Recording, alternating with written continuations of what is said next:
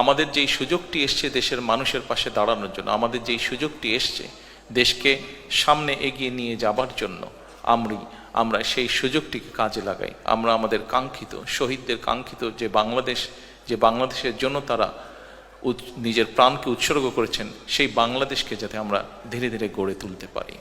যে একটি বিপ্লবের মাধ্যমে, যে একটি রক্তক্ষয়ী আন্দোলনের মাধ্যমে দেশে এই পরিবর্তন এসছে, আমরা রাজনৈতিক দলের পক্ষ থেকে বিভিন্ন সময় এই আন্দোলনকে সফল করার জন্য দেশের প্রতিটি শ্রেণীর পেশা মানুষকে ধন্যবাদ জানিয়েছি। কারণ একজন রাজনৈতিক কর্মী হিসেবে আমি বিশ্বাস করি যে গত বছর 5ই আগস্ট যে বিজয় আমরা অর্জন করেছি, এই বিজয়টি কোনো একক কোনো সংগঠন বা কোনো দলের দ্বারা সম্ভব ছিল না।